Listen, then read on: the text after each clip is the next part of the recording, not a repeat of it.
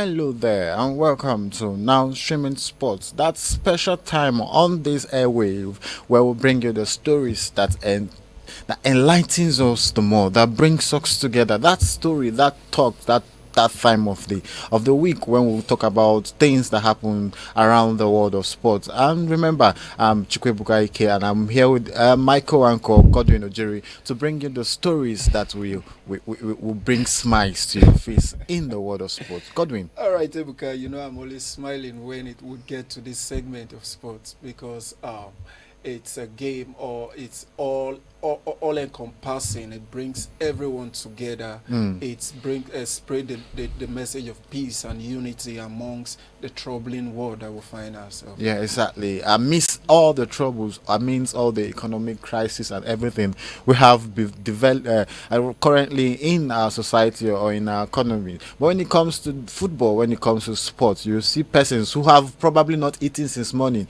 sitting and cheering a football side or and arguing and even want to fight over who played the ball and who should not play the ball. All right, to discuss these issues this morning, or to discuss the beautiful sports stories we have this morning in the studio here, we have Mr. Raphael Ojaokoma. Mr. Raphael is a sports commentator. Mr. Raphael, good morning and welcome to the show. Good morning. This is the period where we love, at least this one, we're not talking about integrity. We're talking about when you're on the field. If you're not giving your 100%, everybody will see. Knows that you're not. Yes, everybody will see clearly.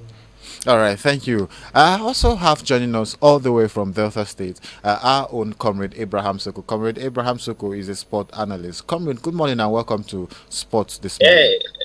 Good morning, Mr. Ebuka. This is my favorite part of the show, free from the ethic of political analysis and all that. Thank you. All right, thank you. Viewers, remember you can call in via the number showing on your screen, or equally send in your comment via our various social media handle also showing on your screen. So before we begin our discussions on the sports stories this morning, let's take a look at the front page of the Punch Sports Extra. All right, the front page of the Punch Sports Extra has the story as Glorious Wings, Nigerians' most memorable number 11s through the years. All right, and that's the picture we have there. I have of I will not forget on the wingy. The wingy is there, and I don't know why Chikwueze is on our list. I don't know why. I don't know what he has done. Chikwueze is one of the persons who have played on the wings. That's a maybe because he's wearing the number. The number 11. Yeah, exactly. I don't know what he has done to be on that list of players. Those players are way ahead of him. All right, so and then it's above that we have United ready to activate Osimhen's release clause. All right, that's on page 7, and page 6 has the story on Martins reviews pressure wearing Spurs number 9 jersey, and page 2 has a story on says Joshua grateful to Nigeria departs for next fight. Then Aroko Dare on Bayern radar hit. Wow, we still have one of our Nigerian footballer on a very, very active radar. All right, page 4 has a story on Rashford doubts Devils' future under Amory. And page 3 says Barca reached contract agreement with Flick. And page 5 has the story on United open to £30 million for Hodlium sell. Lastly, Madrid ready to pay £103 million for Saka. Wow. Rafael, are you ready to offload Saka? If they can pay 300. If they can pay 300, they can come and have him. All right, so that's that on the front page of the Punch Sports Extra. But before we start, let's take a look at this clip, a clip of one of the NLO match that was played just recently, and where we had our own Church of Nigerian football team future in it. So let's watch this clip.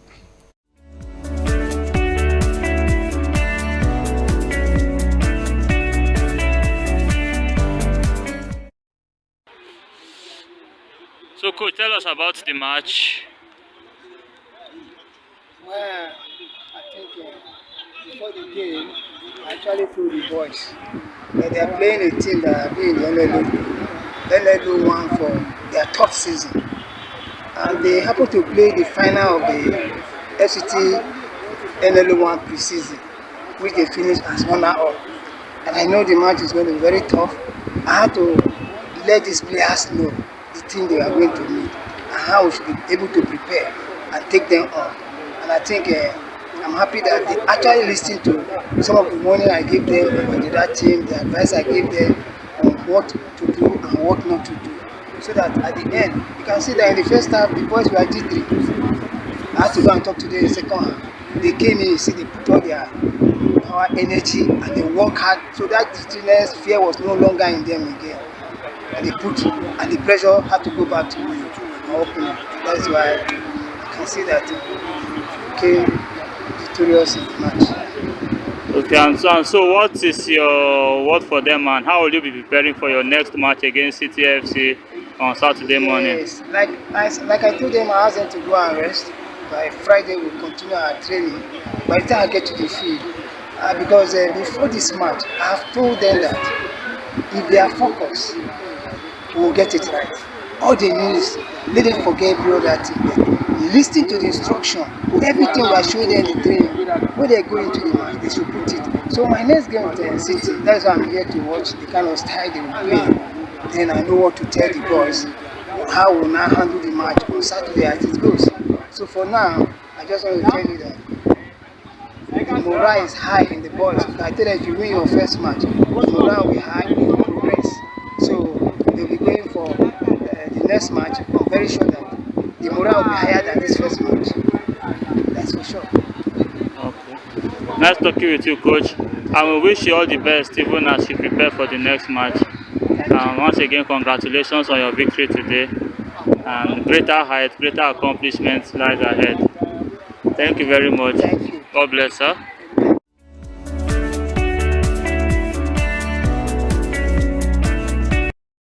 All right, that was the head coach of the Anglican FC under the Konak FC of the Church of Nigerian football team. And yesterday, they are currently are on the National League One, the 2025 National League One Division 1 games competition currently ongoing. And yesterday they played against Paul EFC, and the game ended in favor of Konak Anglican FC.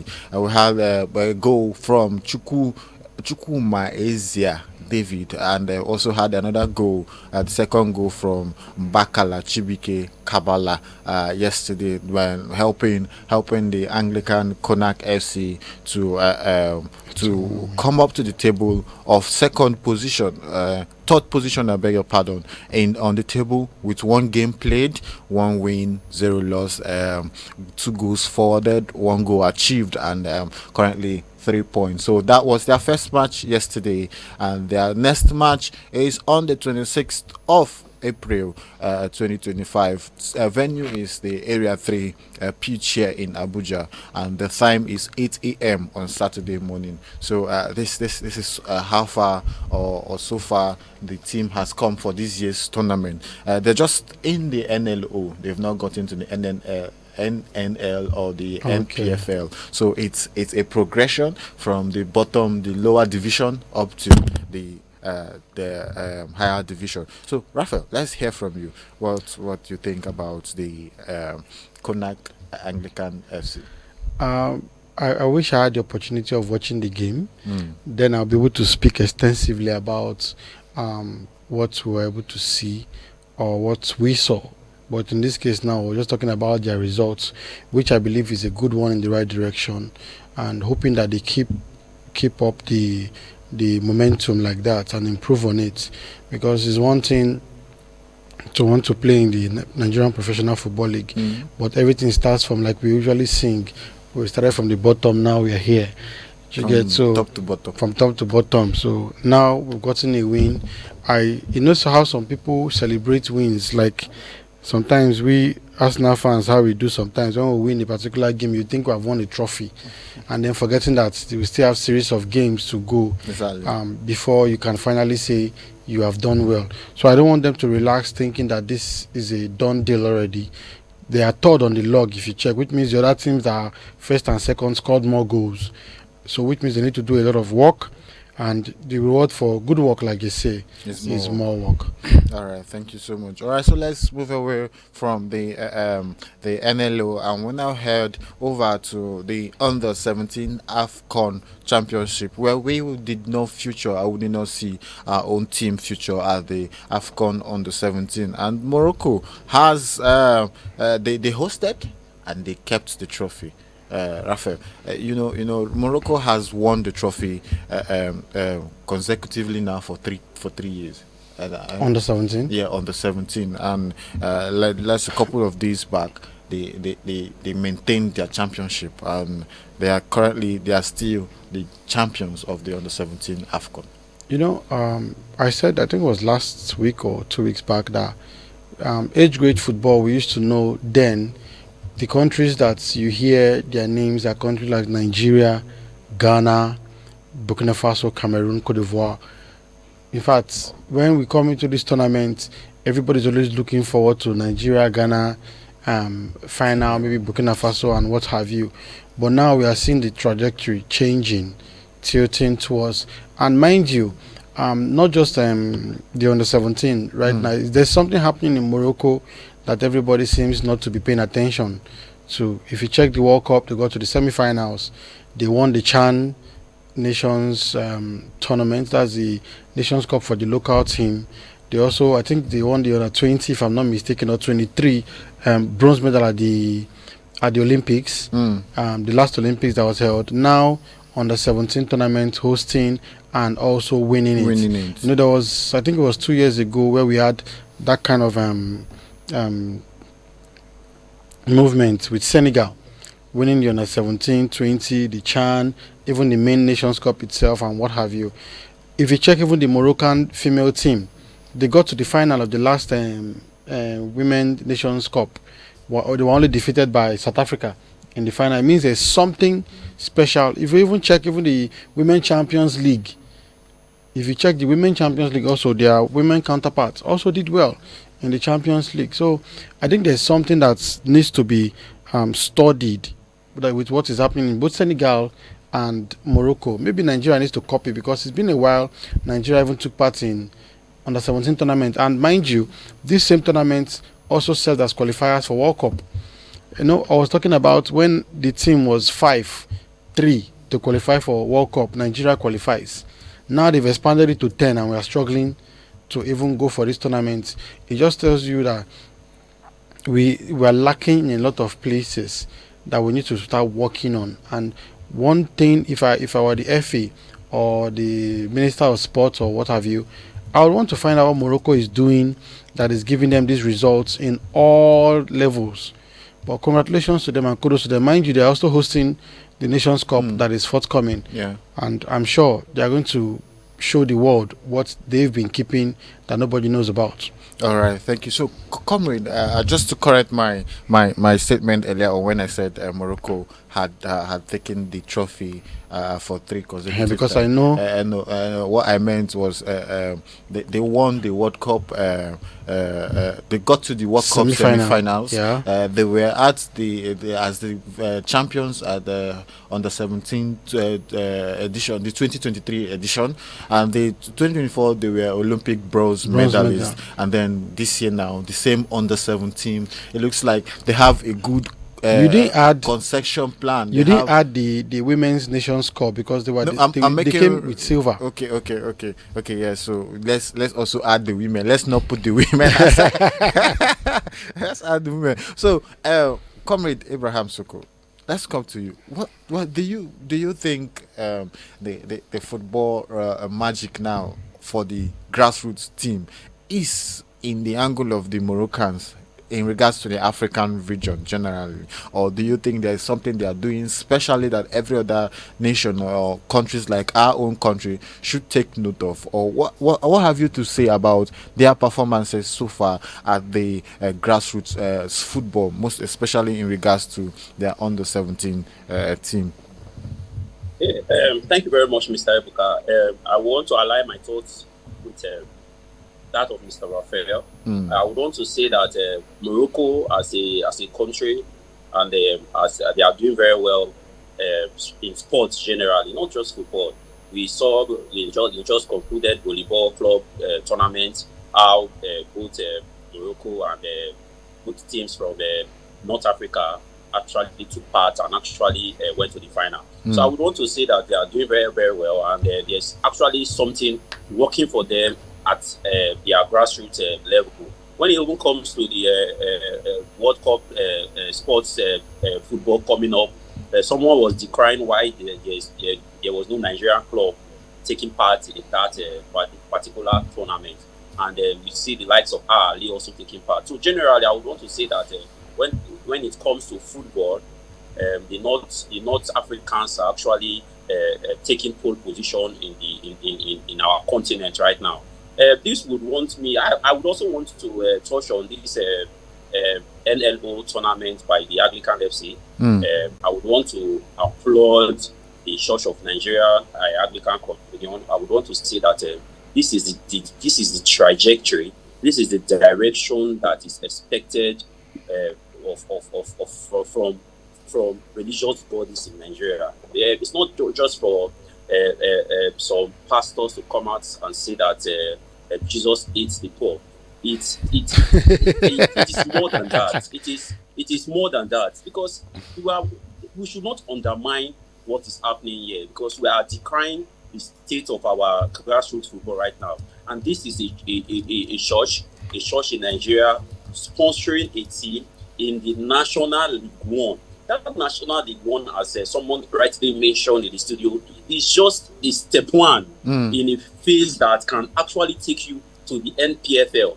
And when you get to the NPFL, you can actually develop from there. You can actually progress into the national team. You can actually play professional football in Nigeria and in overseas. So this is not something that we should undermine. This is something that we should encourage. This is something that we should applaud. So I want to say a big kudos to the Church of Nigeria Anglican Communion. Thank you very much, Mr. Ebuka. All right. Thank you so much, Comrade Soko, for that very good remarks on the church. And we pray for more grace on the primate to continuously throw his support on the Anglican FC. And I trust that they would always deliver. And just moving on now, there are so many issues that we need to tap into. But I think, Ebuka, let's just look at some transfer gists presently. Okay. And the likes of Jose Mourinho to leave Fenerbahce, and also Brazil still pushing for Ancelotti deal. So, Mr. Raf, Jose Mourinho and a whole lot. We know this man. Mourinho without drama is not Mourinho. So if Mourinho is somewhere and there is no drama, then he's practically losing his touch as the special one that we have known him to be. And we also know that Mourinho is a journeyman. I don't think he has spent more than 2 seasons now in any club. He's always moving from Chelsea, Real Madrid, Inter Milan, even Tottenham, Manchester United. The man has practically, I think maybe it's the French league. Maybe he want to enter the French league or the German league. I think they should give him the title as the Minister of Tourism. He's a journeyman and international Minister of Tourism. I think he's just trying to touch all around before he retires. We don't know where he's going to be heading to. But right now the Daily says he's quitting from Fenerbahce. We don't know where else he wants to pitch his tent. We only wish him good luck wherever it is he decides to go to. And then for Ancelotti, it's a good one in the right direction for Brazil if they can get him to manage their team. The national team. Because the Brazilian national team is not a team that we know before anymore. Every Tom, Dick and Harry now wears the jersey of Brazil. And even the Nigerian team I can beat my chest. Even the Super Eagles can beat the Brazilian team. Yes, they've been playing so. And when you watch a game where Brazil plays Argentina back in the days, and it's a cracker. Everybody's eyes are open. But now Brazil is playing Argentina and is losing 4-0, 4-1. He's playing Colombia and is losing. He's playing Paraguay and is losing. And then I was saying to some of my friends sometimes back, I said, before you play in the Brazilian national team, you're either in AC Milan, Inter Milan, Juventus, or Barcelona, Real Madrid. You have to be in a top team, and not just in the top team. You have to be like the live wire of that team. You know, Scolari came. I was sharing with Comrade Soko one time an image where Scolari came into the dressing room. I wanted to come and discuss tactics with the Brazilian national team, only for him to find Kaká, Ronaldinho, Ronaldo himself, and then Eduardo, if I'm Adriano, if I'm not mistaken. He looked at them. He said, "What kind of tactics do I want to discuss with these people?" And he told them, "Don't worry. When it's time for me to change, I'll let you know. Just do what you want to do, because these players, apart from the fact that they are skillful, they are also very intelligent, of their game. and they are in top in every team that they were playing.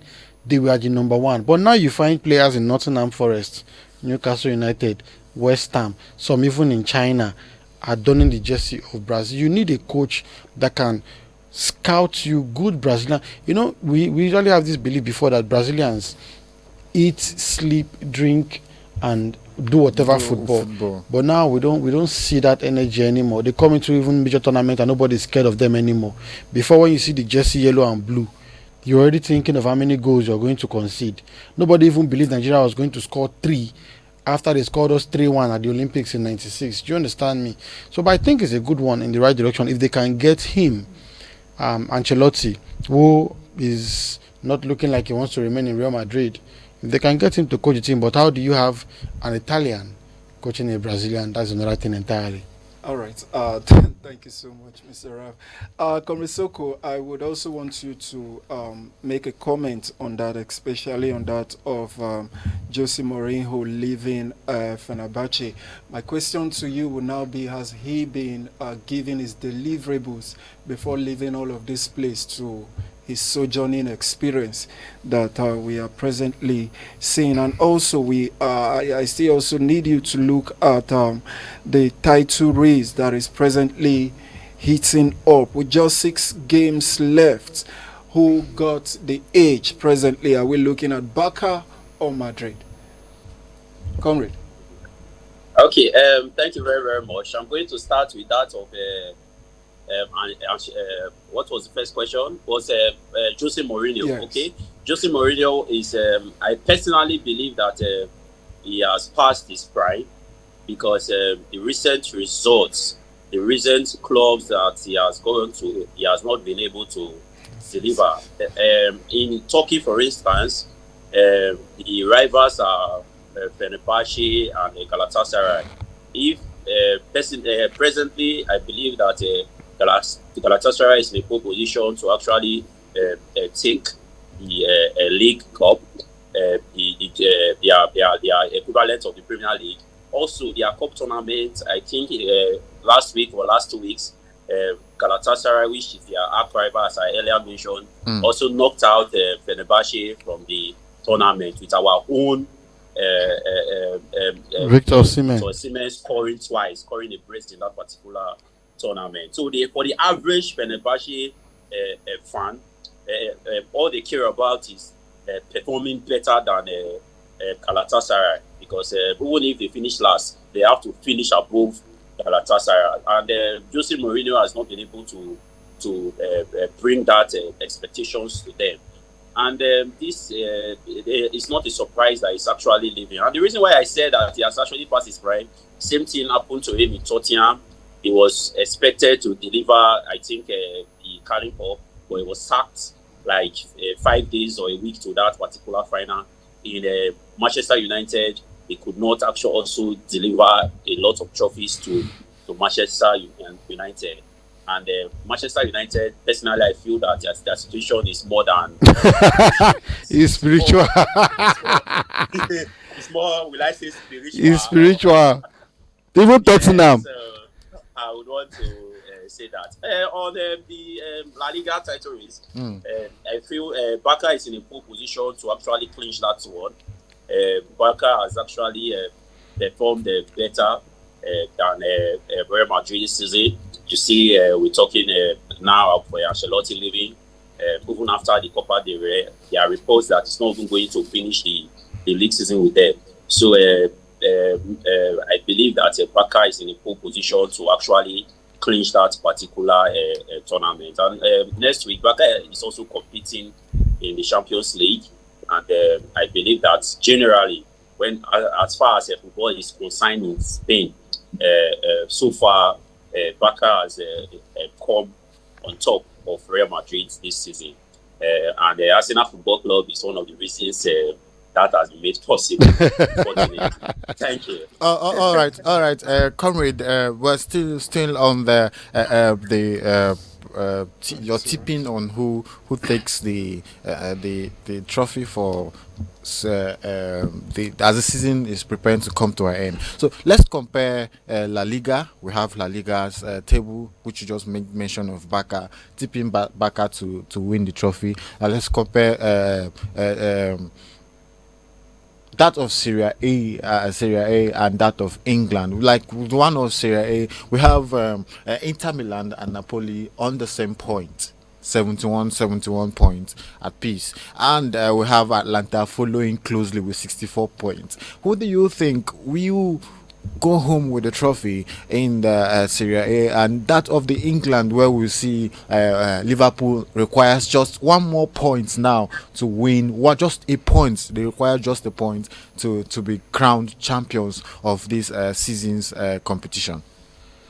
Yeah, thank you very much, Mr. Ebuka. On the Serie A, personally, I believe that if Inter Milan can manage their team very well, this is the point where priorities have to come into play. Man management has to come into play, because if you look at Inter Milan, they are actually competing on three fronts. They were in a pole position to win the treble, but unfortunately, they were knocked out of Coppa Italia last night. Yeah, so they were knocked out by AC Milan. AC Milan. They were defeated 3-0. So this is why I say man management has to come in right now. You have to prioritize, because you cannot fight a battle on three fronts. This week you are playing the Coppa Italia semi-final. Next week you are playing the Champions League, and you are also in your domestic Serie A tournament. So they are not magicians. They have to actually try to prioritize. So personally, I would say when it comes to having the less tighter fixtures, when it comes to fresher legs, Napoli might just clinch it. But if Inter Milan can manage their team very well, do a proper man management and prioritize, they can actually win a double this season. So personally, I would stick with Napoli to actually clinch that particular Serie A tournament title. On the Premier League, you mentioned that there's not much of a fight.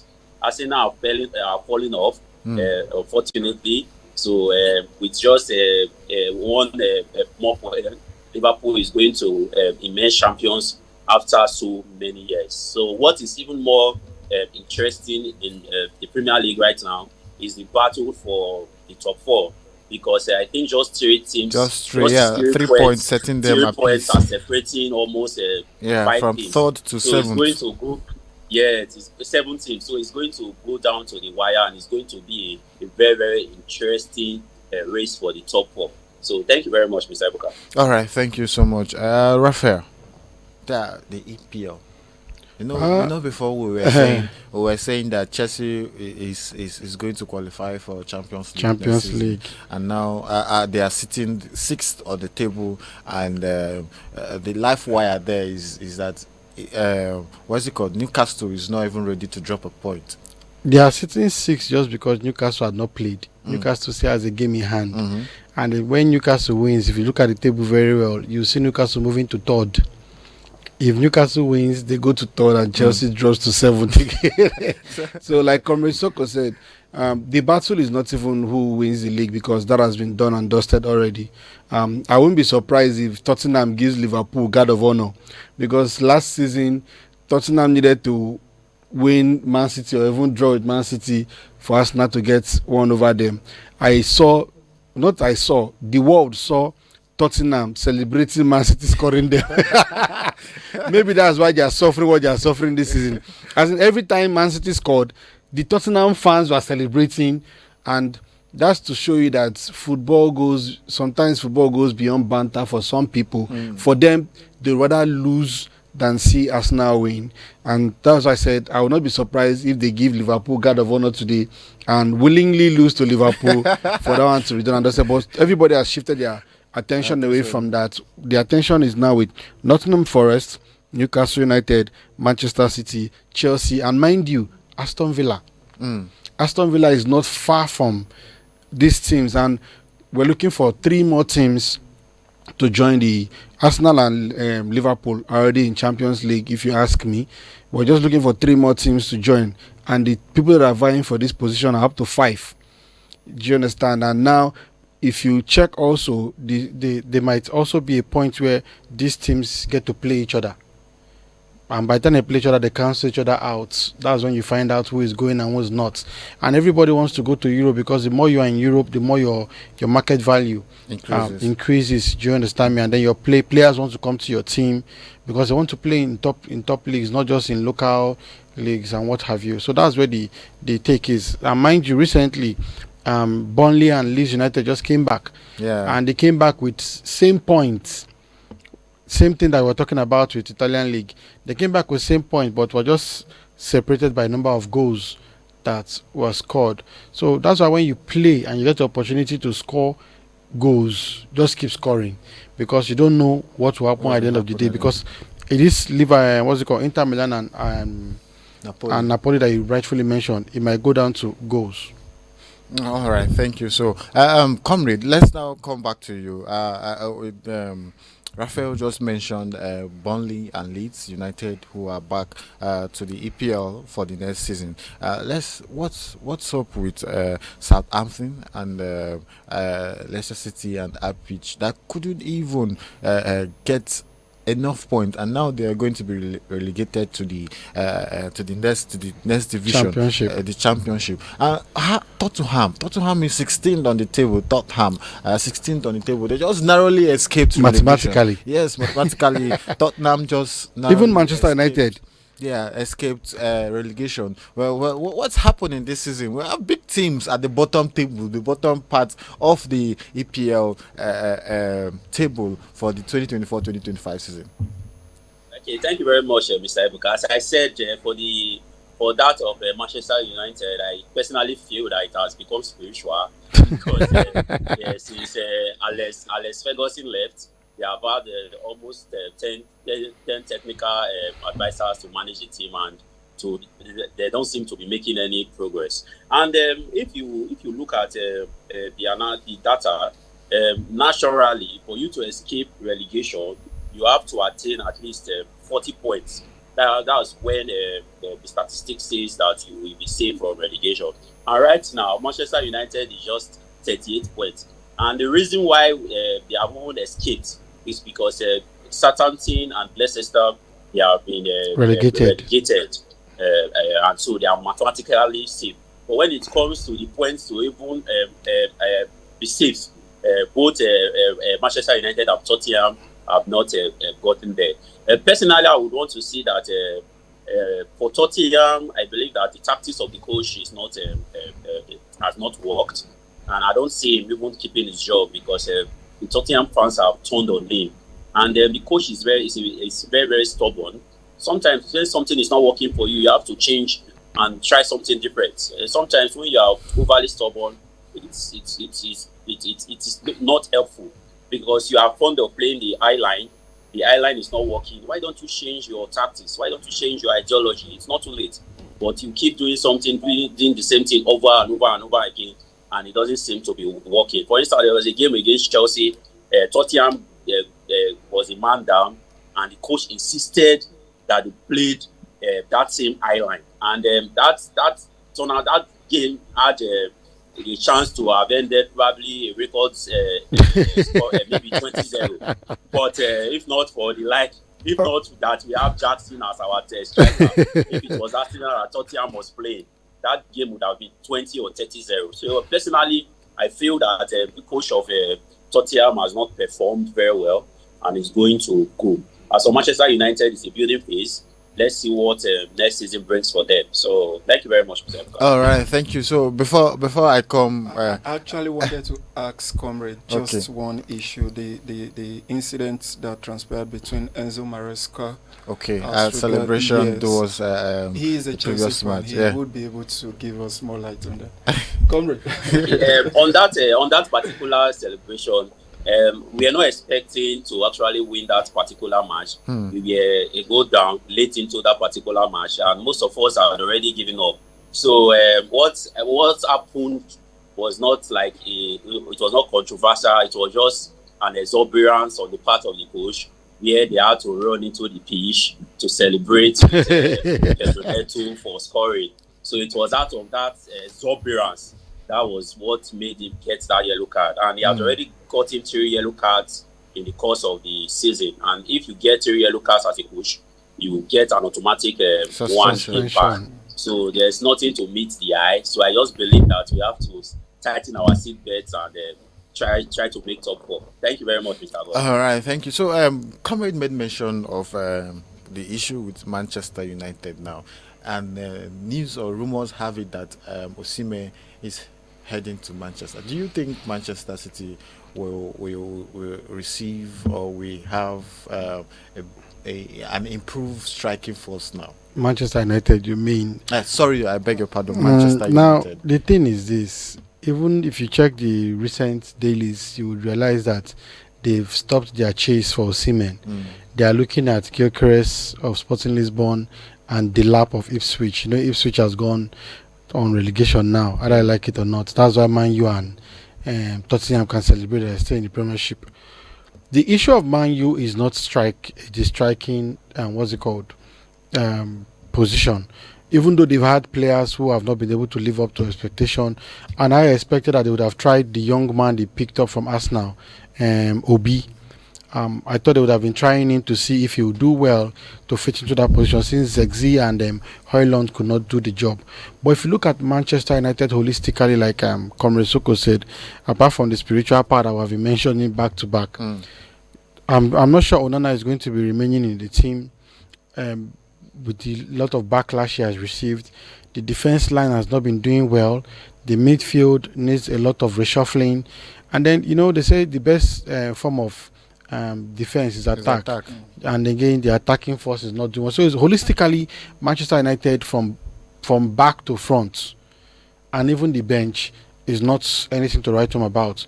If you check recently, the coach has been bringing a lot of young boys to come and beef up the team to see how we can work with the younger boys. You have to even buy a new player, Dogu, during the January transfer to see how you can help at left back, because Luke Shaw keeps coming and going. So even if Osimhen was going to come to